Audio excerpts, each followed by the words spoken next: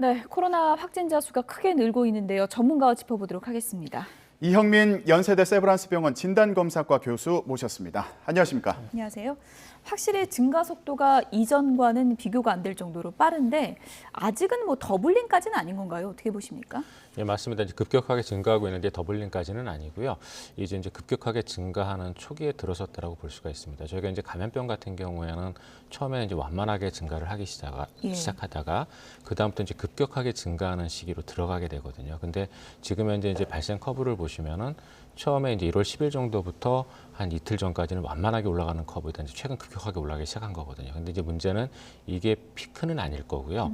이 정점이 이제 이 상승세의 정점이 어디까지 갈지는 저희가 조금 지켜봐야 되고 그러한 급격한 상승기에 초반에 접어들었다라고 말씀드릴 수 있을 것 같습니다. 네. 당국에서는 다음 달 하루 확진자가 3만 명 이상도 가능하다 이렇게 전망을 하기도 했고요.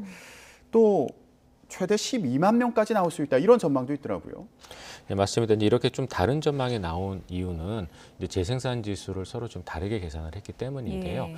지금 당국의 전망 중에서는 이제 중수본 쪽에서 이제 하루에 한 3만 명에서 5만 명 정도까지 나올 수도 있다라고 예측을 했고, 그다음 또 다른 전망에서는 한 8만 명에서 한 12만 명까지 나올 수 있다고 예측을 했는데요. 지금 현재 이 오미크론 변이가 유행하고 있는 주요 국가의 상황을 보시면은 영국 같은 경우에는 인구가 한 7천만 명 정도 되는데 일일 최고 정점이 한 20만 명까지 올라갔었습니다. 그다음에 이제 미국이 우리나라보다 한 7배 정도 인구가 많은데 일일 최고 정점이 거의 한 80만에서 90만 명 정도.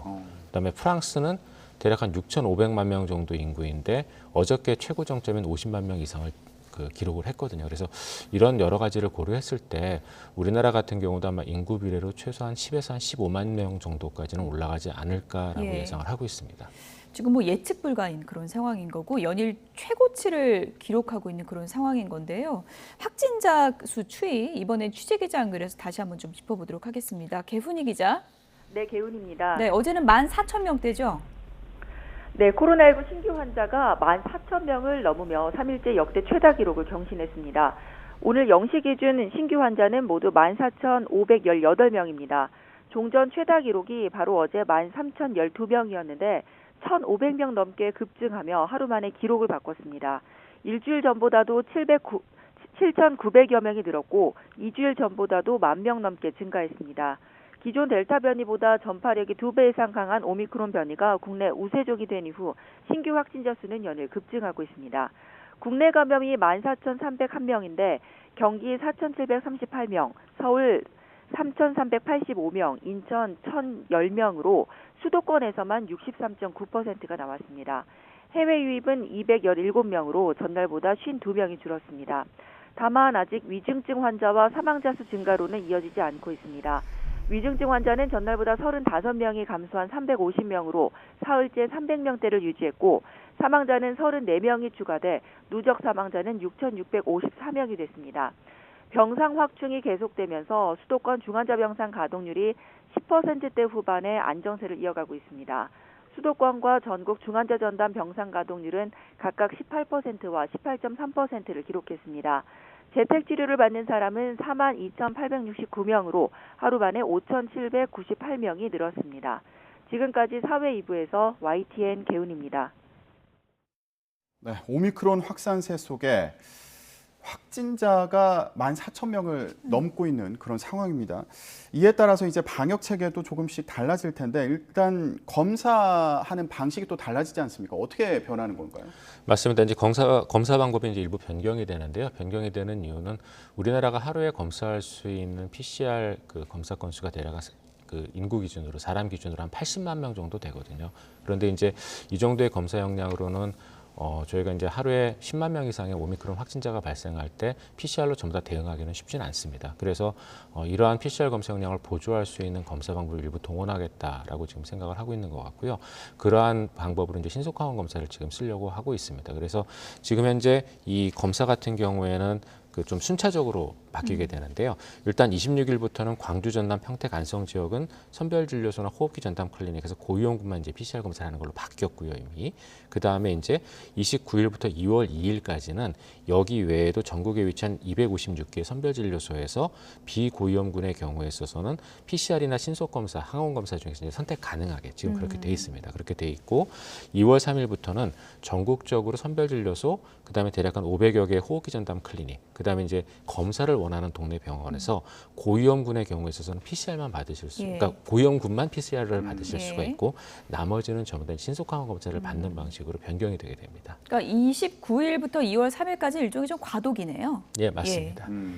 그리고 궁금한 게요. 신속항원 검사가 결국은 자가진단 검사 키트를 활용하는 거잖아요. 그게 병원에 가서 하는 키트랑 우리가 약국에서 하는 키트랑 다른 건가요? 아니요, 다르지 않습니다. 기본적인 똑같은 원리는 건가요? 동일한 건데요. 예. 근데 이제 이게 그런 게 이제 결국 진단 검사의 굉장히 좀 세밀한 점, 오묘한 점이라고 볼 수가 있는데 예. 동일한 검사 키트를 쓰더라도 어떤 검체를 채취하느냐에 따라서 그리고 어떠한 면봉으로 검체를 채취하느냐에 따라서 또 민감도가 달라지거든요. 예. 그래서 동일한 키트이지만 비인두 검체를 채취해서 검사했을 경우에는 저희가 정확도, 그러니까 민감도를 저희가 한 40%에서 한 50% 정도로 보고 있고요. 그다음에 그거를 본인이 비강 검체, 즉 비인두 검체라는 건 요 코 뒤쪽에서 예. 깊숙이 찔러 넣어서 이제 세포를 채취하는 방식이고 비강 검체라는 건 코 앞쪽에서 이제 콧물이나 이런 것들을 주로 채취하는 방식이거든요. 근데 이렇게 비강 검체를 쓰게 되면은 세포 속에 있는 바이러스가 충분히 묻어나오지 않기 때문에 민감도가 떨어집니다. 그래서 아무래도 본인이 하면 깊숙이 넣지 않는 경우가 많아서 정확도가 좀 떨어진다는 얘기인가요? 맞습니다. 그게 한 예. 10에서 20% 정도 감소할 수 있거든요. 예. 그래서 그런 것들이 있다 보니까 조금이라도 가능성이 높은 유증상군은 이제 그 호흡기 클리닉에서 전문가가 채취한 검체를 이용을 해서 이제 신속항원 검사를 하는 거고요. 그다음에 이제 무증상 군의 경우에 있어서는 그래도 가능성이 조금 떨어지니까 자가 진단을 이용해서 본인이 검체를 채취해서 검사하도록 안내하는 걸로 생각이 됩니다. 오미크론 같은 경우에는 기관지 쪽에 바이러스가 많아서 그렇게 깊숙이 안 넣어도 좀 정확도가 전보다는 좀 높다라는 시각도 있던데 그건 어떤가요? 그런 얘기도 일부 있는데요. 예. 근데 그거 말고도 이제 타액의 경우 조금 더 정확하다 뭐 이런 얘기도 일부 있었는데 예. 사실 이런 바이러스의 배출은 그 질병의 진행 시기에 따라 조금 달라지는 그렇군요. 경향들이 있거든요. 그래서 전체적인 어떤 그 질병의 진행 시기에서 시행하는 검사의 유용성을 고려했을 때는 아직까지는 비인두 검체가 제일 정확성이 높다고 볼 수 있습니다. 예. 근데 신속항원 검사 자체가 정확도가 좀 떨어지는 거 아니냐 이런 우려도 있는 게 사실이거든요. 어떻습니까? 예, 맞습니다. 지금 그 문제 때문에 이제 여러 가지 그 목소리들이 나오고 있는데요. 저희 학교에서 이제 이전에 평가했던 결과도 그렇고 이제 해외 주로 주요 논문들도 그렇고 신속항원 검사 같은 경우는 정확도가 대략 한 40에서 50% 정도인 게 맞거든요. 맞고 있는데 이제 정부에서는 이 신속항원 검사 같은 경우에 그 음성은 99% 이상 발견해낸다라고 이제 밝히고 이제 그 다음에 이제 여러 가지 정책들을 하고 있는데 근데 여기는 조금 문제가 있습니다. 어떤 문제가 있냐면은 예. 정부에서 음성을 99% 이상 밝힌다라고 얘기한 거는 음성 예측도라는 거를 기준으로 얘기를 한 거거든요. 근데 그럼 이 음성 예측도라는 거는 뭐냐 하면은 검사에서 음성을 받은 사람들 중에 진짜 음성의 비율을 얘기를 합니다. 근데 이게 어떤 문제가 있냐면은 지금 우리나라 같은 경우에는 검사 양성률이 3%거든요. 그럼 100명 검사하면 3명은 양성이 나와야 되고 97명은 음성이 나와야 되는데 그러면은 기본적으로 음성 예측도는 전체 검사한 음성 나온 사람 중에 진짜 음성인 사람의 비율이기 때문에 97%라는 음성을 그대로 먼저 안고 들어가거든요. 그러니까 한마디로 이게 3명의 양성 중에 2명을 놓쳐도 그래도 음성 예측도는 97% 이상이 나옵니다. 진짜 음성이 워낙 많기 때문에. 예. 그래서 이렇게 높게 보이는 건데 이게 결국은 양성 3명을 놓고 봤을 때는 그중에 2명을 놓치는 결과가 되는데도 불구하고 음성이 너무나 많다 보니까 음성 예측도가 높아 보이는 그런 착시 효과거든요. 그리고 이러한 음성 예측도는 전체 확진자가 늘어나면 늘어날수록 급격하게 떨어지기 시작합니다. 그래서 사실 이 음성 예측도를 지금 보고 이 99% 이상이라고 해서 이 검사가 믿을 만하다고 얘기하는 거는 굉장히 틀린 얘기거든요. 그런데 그런 음성 예측도의 특성이라던가 또는 유병률에 따른 음성 예측도의 어떤 감소를 지금 고려하지 않고 지금 신속항원 검사를 쓰고 있는 거는 제가 보기엔 분명히 문제로 보이고요. 예. 분명히 PCR 검사 역량이 없기 때문에 일부 신속한 검사를 쓰기는 써야 되겠지만 이러한 정책 결정에 있어서 정확한 데이터와 해석을 기반으로 저는 해야 된다고 생각을 하거든요. 그런 예. 측면에서 이런 음성 예측도를 기반으로 믿을 만하다고 얘기하는 거는 전 잘못됐다고 예. 생각을 합니다. 워낙에 이제 전문가시니까 쉽게 설명을 해주셔도 저희는 조금 어려운 부분이 있는데 근데 결과적으로 정확도가 그렇게 높진 않기 때문에 지금 우려가 된다라고 이제 하시는 건데요. 근데 이제 오미크론이 확진자가 12만 명 이렇게까지 늘어나면 아이들 학교 갈 때마다 해봐야 될 수도 있는 거고 현실적으로는 진단 키트 활용을 안 할 수가 없는 그런 상황으로 가는데 그러면 보완 방법으로는 어떤 게 있는 건가요? 보완 방법으로는 일단 자가진단 같은 경우에 정확도는 10에서 20% 정도로 생각된다고 아까 처음에도 예. 잠깐 말씀을 드렸기 때문에요. 저희가 그 결과를 완전히 믿을 수는 없습니다. 그래서 검사 결과를 믿고 어떤 개인의 위생이라든가 방역에 대한 것들을 완화해서는 절대 안 되고요. 그 결과에 상관없이 개인 위생이나 이런 것들은 철저하게 지키실 필요가 있습니다. 그래서 예. 이제 그런 것들이 하나가 이제 마스크 착용이 되겠는데요.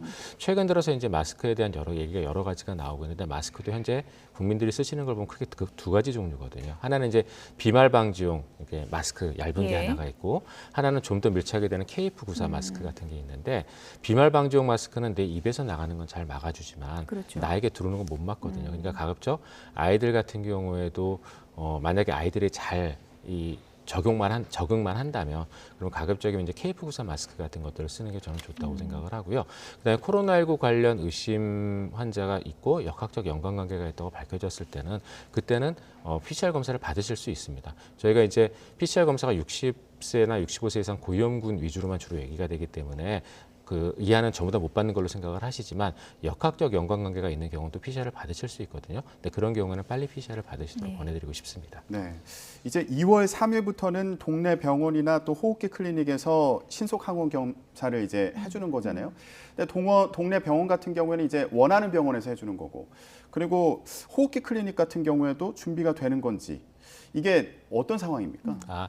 호흡기 클리닉은 이제 어떤 개념이냐면은 사실 우리가 동네 의원 같은 경우에는 이런 호흡기 환자를 보기에 적절한 시설이나 준비가 안 돼 있는 것이 사실이거든요. 예. 그래서 이렇게 이제 환자가 많아지고 결국은 코로나19가 점점 진행이 돼서 계절성 코로나로 진행이 갈 때는 분명히 동네 의원급에서 이 코로나19를 진단하거나 치료해야 될 그런 필요성이 생깁니다. 그래서 예. 정부 쪽에서 이제 일부 1차 의원급들 중에서 이러한 호흡기 질병을 다룰 수 있는 시설을 갖추고 있는 클리닉들을 선정을 해서 지원을 했습니다. 그게 호흡기 클리닉이거든요. 네. 그래서 호흡기 클리닉 같은 경우에는 이런 호흡기 감염병이 있는 환자들의 검체를 채취하거나 하는데 비교적 안전하게 채취할 수 있는 시설을 갖추고 있는 곳들이 꽤 있거든요. 그래서 그런 곳에서는 이제 저희가 검체 채취나 이런 것들이 원활하게 이루어지고 검사가 가능한데 문제는 일반 동네 의원급들은 그런 시설이나 준비가 아직 안 돼 있거든요. 그렇군요. 그래서 이런 동네 의원급들 같은 경우에는 일단은 검체를 채취하는 의료인이 감염되지 않도록 하는 시설적인 보완이 필요하고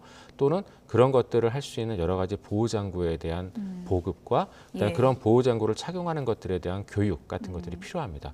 그런 것들이 다 되고 나서야 아마 동네 예. 의원급들은 들어올 수 있을 걸로 생각이 됩니다. 장비도 필요하고 체계도 갖춰져야 된다는 건데 근데 좀 걱정되는 게 교수님 2월 3일이면 설 연휴 지나고 바로잖아요.